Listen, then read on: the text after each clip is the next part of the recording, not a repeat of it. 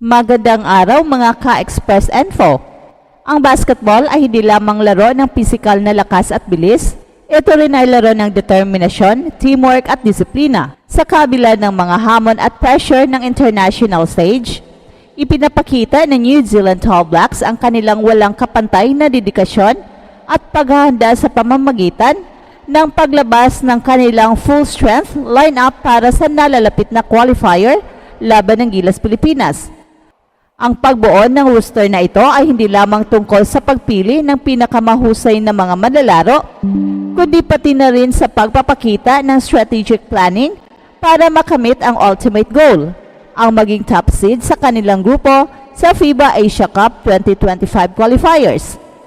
At sa bawat laban, napakahalaga na merong wastong timpla ng karanasan at kabataan, kabilang sa mga bagong nadaragdag sa roster, sina Jordan Ngatay, isang Australia Pro campaigner, at mga Australia NBL players na sina Tohe Smith-Milner at Rioban Terangi. Ang pagdagdag ng mga manlalaro mula sa iba't ibang liga ay nagpapakita ng intensyon sa coaching staff na maglatag ng pinakamalakas na team para sa laban.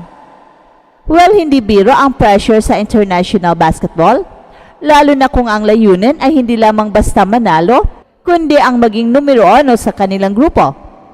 At dahil dito, ang bawat pagpili ng manlalaro ay isinaalang-alang hindi lang sa kanilang kasalukuyang performance, kundi pati na rin sa kanilang karanasan at potensyal para sa hinaharap.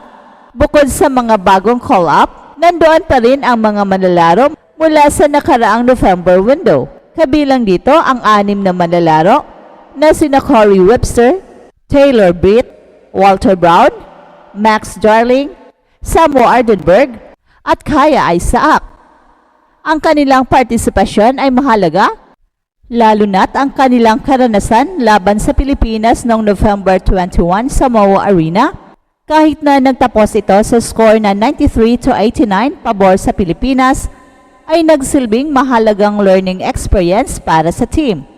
Ang pagkakaroon ng ganitong halo ng karanasan at bagong talento ay nagiging pundasyon ng kanilang pagkakabuo at pagiging competitive sa bawat laban. Hindi rin mawawala ang iba pang mahalagang pangalan sa roster, tulad ni Ty Wynyard, Jackson Ball at Tama Isaac na kumukompleto sa strong 12-man squad ng Tall Blacks. Ang kanilang pagsasama-sama ay simbolo ng unity at mutual trust na kinakailangan para magtagumpay sa high-stakes na competition. At ayon kay Coach Jed Flavel, the ultimate goal is to get top seed out of our pool so that we position ourselves in the best pool when it comes to the Asian Cup in August. Ang pahayag na ito ay nagpapakita ng long-term vision ng Tall Blacks. Hindi lamang nakatuon ang kanilang pagsusumikap sa kasalukuyang qualifier laban sa Gilas Pilipinas at Hong Kong, nakikita nila ang bawat laban bilang hakbang patungo sa kanilang mas malaking pangarap.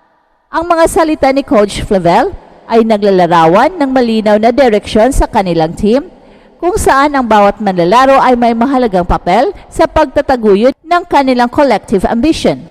Para sa Tall Blacks, bawat oras sa qualifying window ay mahalaga. Every single hour is precious when it comes to these windows, ani pa ni Coach Flavel. Ito ay nagpapakita na kahit pa ang pinakamaliit na detalye ay pinapahalagahan. Ang pagsama ng iba't ibang klaseng manlalaro, mga baguhan at mga veterano ay nagpapakita rin ng masusing pagplano ng coaching staff. Ang mga manlalaro tulad ni Ngatay, Smith-Milner at Terangi ay may malaking karanasan mula sa 2023 FIBA Basketball World Cup.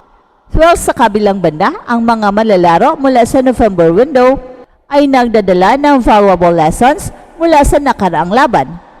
Ang pagkatalo nila sa Pilipinas ay nagsilbing paalala na sa basketball, mahalaga ang bawat detalye mula sa depensa hanggang sa opensa. Ang pagbuo ng isang full-strength lineup ay nangangailangan ng tamang balanse ng skills at teamwork. Well, hindi sapat ang pagkakaroon ng mga talentadong manlalaro kung wala ang koordinasyon sa loob ng court. At sa kasong ito, ang Tall Blacks ay nagpakita ng kanilang commitment sa excellence sa pamamagitan ng pagbuo ng isang squad na may kombinasyon ng offensive firepower at matatag na depensa. Ang determinasyon ng New Zealand na maging top seed sa kanilang grupo ay hindi lamang para sa kasalukuyang laban, kundi para rin sa pagbuo ng kinabukasan ng kanilang basketball program. Sa pagharap nila sa Gilas Pilipinas at Hong Kong sa darating na mga laban, malinaw na nakatutok ang kanilang diskarte sa pagkamit ng consistent performance. Ang paghahangad na maging top seed ay nangangahulugan ng paglagay sa kanilang pinakamagandang posisyon sa draw para sa Asia Cup, isang malaking hakbang patungo sa kanilang ultimate goal.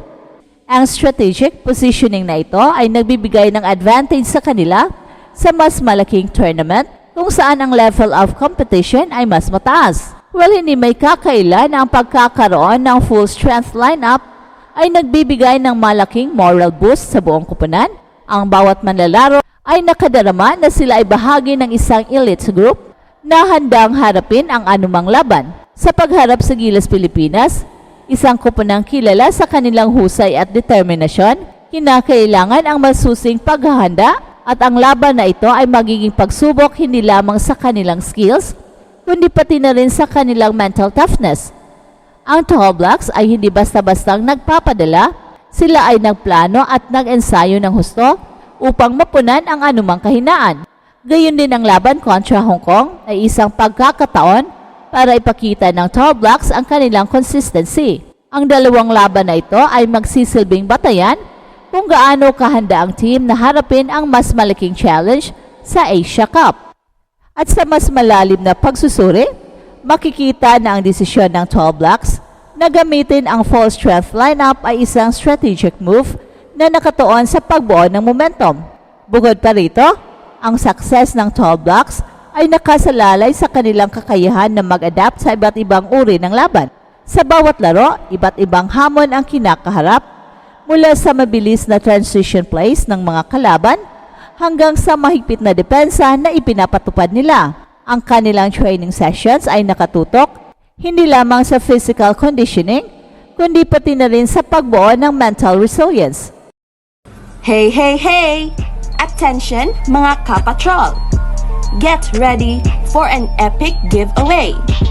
Once Express Info hits 150k subscribers, one lucky winner will win the incredible Oppo Reno 11F 5G smartphone. Here's how to join. Step 1. Subscribe to Express Info right now. Step 2. Like this video. Then step 3.